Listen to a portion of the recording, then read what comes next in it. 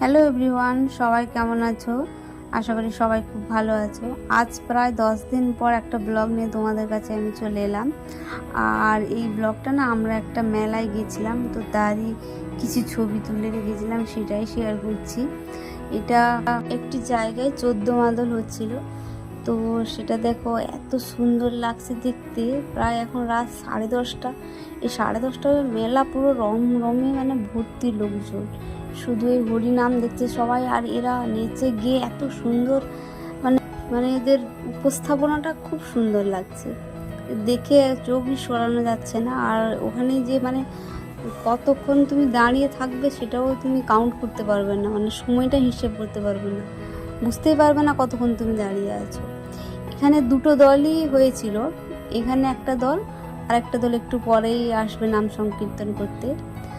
তো এত সুন্দর, মানে কি বলবো, শুধু গানগুলো আমি দেখাতে পারছি না, ওই যে একটাই ভয় কপিরাইট। তো এখানে আমরা চলে এসেছি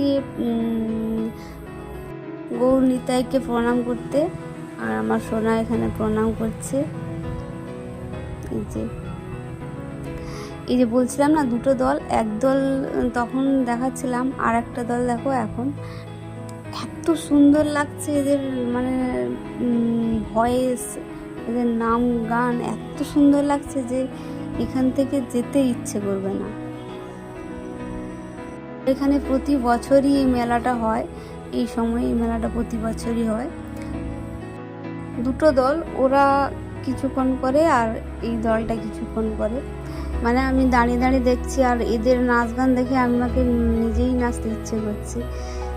এতটাই মনোমুগ্ধকর যে ছোট বাচ্চা অবধি বসে আছে, উঠছে না কোথাও। মানে মেলা পুরো ভর্তি, একদম লোকজন সবাই আসরে বসে আছে, এই নাম কীর্তন শুনছে।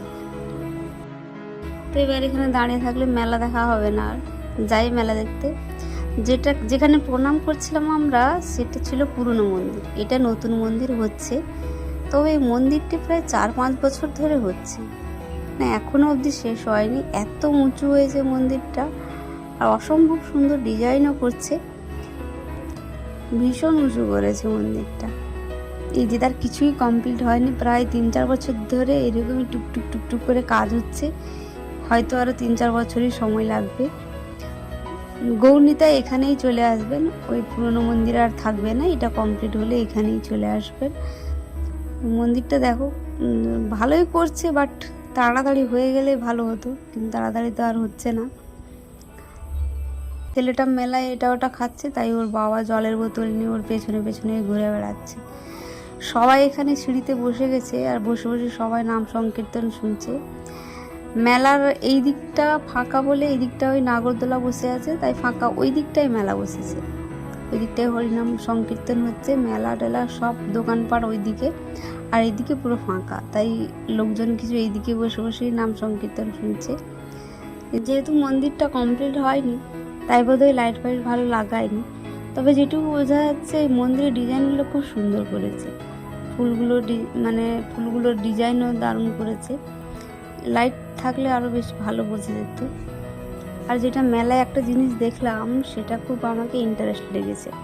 এই দেখো আলু চিপস, এখানে আলু কেটে ওরা নিজেরাই আলু কেটে ভেজে একদম মশলা টশলা দিয়ে বানিয়ে দিচ্ছে, এক একটা 30 টাকা, এরকম কাঠিতে করে দিচ্ছে, এক একটাই 30 টাকা। আলু কাটিং মেশিন আছে, তো ওটা দেখলাম ভালোই লাগলো, ভাবছি যে বাড়িতে গিয়ে ছেলেকে এইভাবেই করে দেবো, কারণ ও তো কিনে কিনে যা খায়, সেটা না কিনে খেয়ে যদি প্রতিদিন একটা করেও করে দিই তাহলেই ঠিক আছে, তাতে করে অনেকটাও খাবে, পয়সাও বাঁচবে।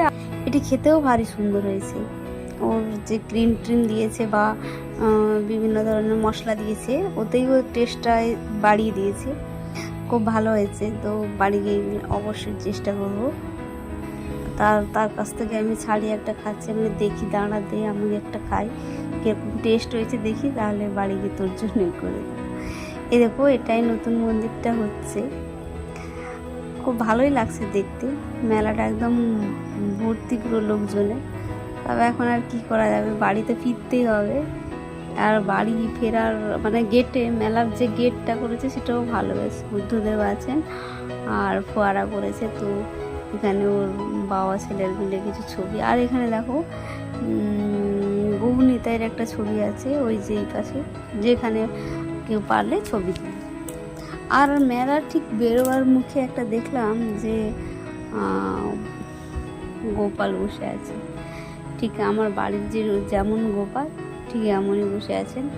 আর বিভিন্ন ধরনের তুলসীর মালা থেকে শুরু করে ঠাকুরের যা সরঞ্জাম বা আমাদের যেগুলো তুলসী মালা বা বলো বা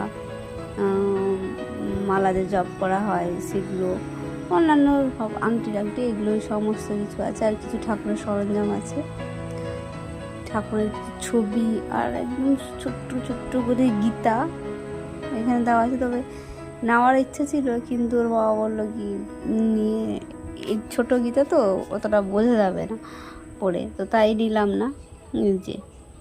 তবে কয়েকটা কড়ি নিয়েছি, বাড়িতে খেলবো সেই ছোটোবেলার মতো। এই যে গোপালকে, যে গোপালের কথা বলছিলাম, এই সেই গোপাল, ছোট্ট গোপাল আমার বাড়িতে যেমনটি আছেন ঠিক তেমনটি। তবে এই গোপালের যে মালা টালা আমি জিজ্ঞেস করছিলাম এখানে আছে কিনা, বললো না না এখানে নেই। আজকের ব্লগটা এখানেই শেষ করছি। ব্লগটা কেমন লাগলো অবশ্যই একটা লাইক কমেন্ট করে জানিও।